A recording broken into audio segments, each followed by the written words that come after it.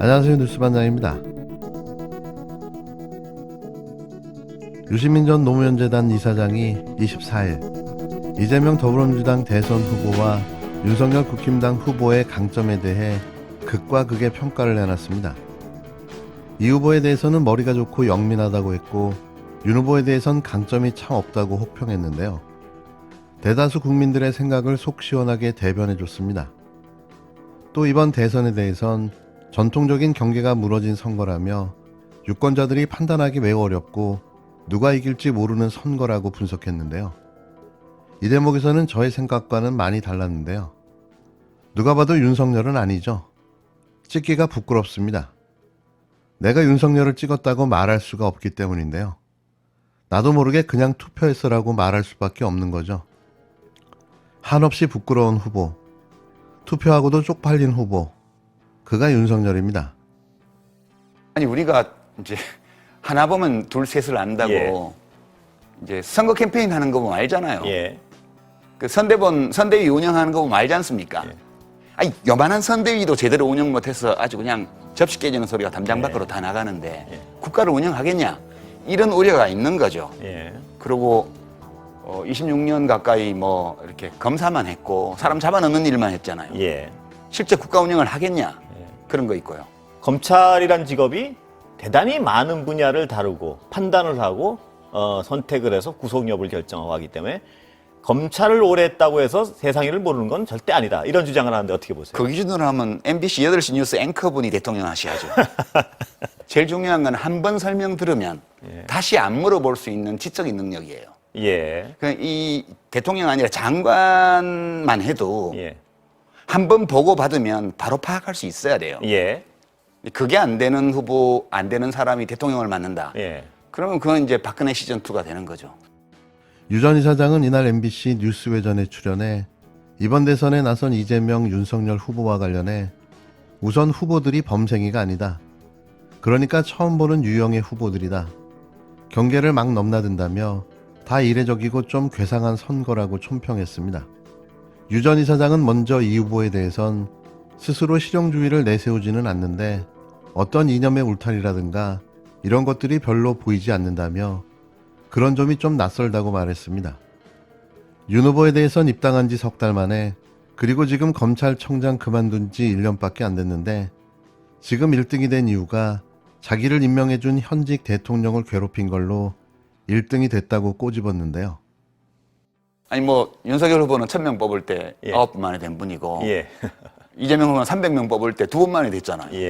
거기서부터 일단 일반 지능에서 굉장히 큰 차이가 있고요.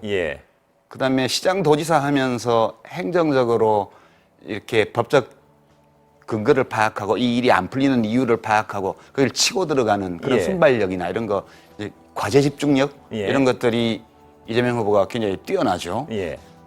되게 영민해요. 그러니까 이게 머리가 좋은 사람 중에도 맑은 사람이 있고 탁한 사람이 있지만 머리가 좋지 않으면 맑기 어렵습니다. 저는 그렇게 보고요. 그게 뭐 어떤 분들은 마음대로 자기 마음대로 할 것 같다든가 이런 걱정을 말씀하시는 분들이 있는데 매우 영민해요. 그러니까 어떤 사안에 대해서 실사구시적으로 그 문제를 파악하고 대처하고 판단하고 이 능력이 뛰어나요. 그래서 이제 그런 사람들 경우에는 크게 잘못을 하진 않는다. 그런 믿음은 있죠. 그럼 같은 질문을 윤석열 후보에 좀 드려보겠습니다. 일단 강점을 꼽으라면 뭘 꼽으시겠습니까? 관찰하시기에. 강점이 참 없어요. 너무 단도직입 제가 좀 노력해봤지만 그런 것 같아요. 지적으로 뛰어난 것 같지도 않고요. 그다음에 사심이 없는 것 같지도 않고요. 그러니까 저는 지금 의심하는 거는 검찰총장에 있을 때부터 대통령 선거 출마를 염두에 두고 문 대통령하고 각을 세웠다. 그렇게 의심할 만한 충분한 사유가 지금 총장직을 있거든요. 정치의 한 방법으로 이용했다고 보시는 거죠? 그렇죠. 이제 앞으로 누가 대통령이 되든 탕평책은 끝났습니다. 믿고 맡길 수가 없어요. 권력기관을. 총장과 감사원장 그 말씀을 하시는 거죠? 현직 총장, 현직 감사원장이 대통령을 괴롭히면서 직을 중간에 그만두고 대통령 선거에 나오는 이런 풍토에서 어떻게 무서워서 어떻게 자기하고 노선이 다른 사람을 능력만 보고 시키겠습니까? 그러니까 그 일은 국가적인 해악이죠. 저는 그렇게 봅니다. 유 전 이사장은 이 후보의 강점은 머리가 좋은 것이라며 윤석열 후보는 사법연수원생 1000명을 뽑을 때 9번 만에 된 분이고 이 후보는 300명을 뽑을 때 2번 만에 됐다. 일반 지능에서 큰 차이가 있다고 말해 한바탕은 뿜을 뻔했습니다. 저를 박장대소하게 만들었는데요. 그는 윤 후보에 대해선 강점이 참 없다며 인간적으로 개인적으로 모르니까 지적으로 뛰어난 것 같지도 않다. 사심이 없는 것 같지도 않다. 제가 지금 의심하는 건 윤 후보가 검찰청장에 있을 때부터 대선 출마를 염두에 두고 문재인 대통령과 각을 세웠다는 것이라고 지적했습니다. 유 전 이사장은 확실히 말할 수 있는 건 전통적인 경계가 무너지고 있는 선거다. 그래서 유권자들이 판단하기 매우 어렵고 그래서 고민이 깊은 유권자들이 많으시다고 말했는데요. 선거 판세에 대해서는 유권자들이 고민하고 있다. 승패는 아직 안 나뉘어 있고 지금부터 일주일 사이 결정될 것이라고 내다봤습니다. 그는 유권자들이 다음 대통령이 제일 잘해줬으면 하는 것을 보면 경제 활성화다. 지지 이유를 보면 이 후보 지지 쪽이 구체적인 이유가 많고 팽팽하다. 바둑으로 보면 한 집 반짜리 끝내기가 이 후보에게 좀 더 많이 있지 않나고 이 후보의 승리를 예상했는데요. 안철수 국민의당 후보 등 후보 단일화 변수에 대해서는 단일화가 되냐 안 되냐는 승패에 별로 관계가 없을 것이다라며 국민의당 지지자 중에서 40%가 윤 후보를 지지하고 있고 나머지 지지자들 중에서 안 후보 지지자로 남아있는 사람들은 어느 쪽으로 갈지 모르는 상황이다라며 될지 안 될지 모르니까 여론조사만 왜곡된다고 말했습니다. 유 전 이사장은 당사자들은 절박하니까 뭐라도 하려고 하는데 잘 안 되는 것 같다며 될 가능성도 별로 없고 효과도 불확실한데 여론조사에서 계속 그것을 물으니까 여당 지지자들은 조사에서 이탈하게 된다고 말했는데요. 중요한 시기에 정확한 판단의 근거를 제시해준 유시민 전 이사장님께 무한 감사 인사드립니다. 똑똑하고 영민한 이재명 후보를 뽑으시겠습니까? 아무리 찾아도 장점도 없고 무식한 윤석열 후보를 뽑으시겠습니까? 대한민국의 미래는 여러분의 한 표에 달려 있습니다. 옛 3부 토건에서 추진했던 파주운정 개발 사업과 관련해 윤석열 국힘당 대선 후보의 봐주기 수사 의혹이 계속 제기되고 있는데요. 이를 뒷받침해주는 증언이 나왔습니다. 검찰이 파주운정지구 개발 사업을 대상으로 수사를 진행할 당시 수사검사였던 윤석열 후보가 옛 3부 토건 일가의 혐의를 포착하고도 봐줬다는 취지의 증언이 나온 건데요. 특히 이 증언이 현직 검사 시절 윤 후보를 관리해온 조남욱 옛 3부 토건 회장의 둘째 아들이자 후계자로부터 나왔다는 점에서 큰 파장이 주목됩니다. 하지만 레거시 미디어 어디에서도 이런 보도는 이루어지지 않고 있는데요. 윤석열 바라기가 되어버린 대한민국 언론이 개탄스럽습니다. 그때 수사 누가 한 거예요? 유청도 있었고 그때 아니 서울 중앙지검 있죠. 중앙지검에서 하고 그때 특수부장할 때인데 그때 소속까지는 기억 안 나는데 아니 그때 소속 아니 특수나 이런 거 아닐 거야. 근데 그때 본사장이 그 각자 고향인가 파주인가 같이 만나고 온 거. 그건 그 전에 훨씬. 그거는 한 2004, 3, 4, 3이나 5, 4, 3, 5 그거는 9, 10, 11 이거예요. 운전한테 세 번 걸렸거든요. 첫 번째 고향이 바로 그 4, 3. 그때 그때 고향에 있었어요. 고향 지청장할 때.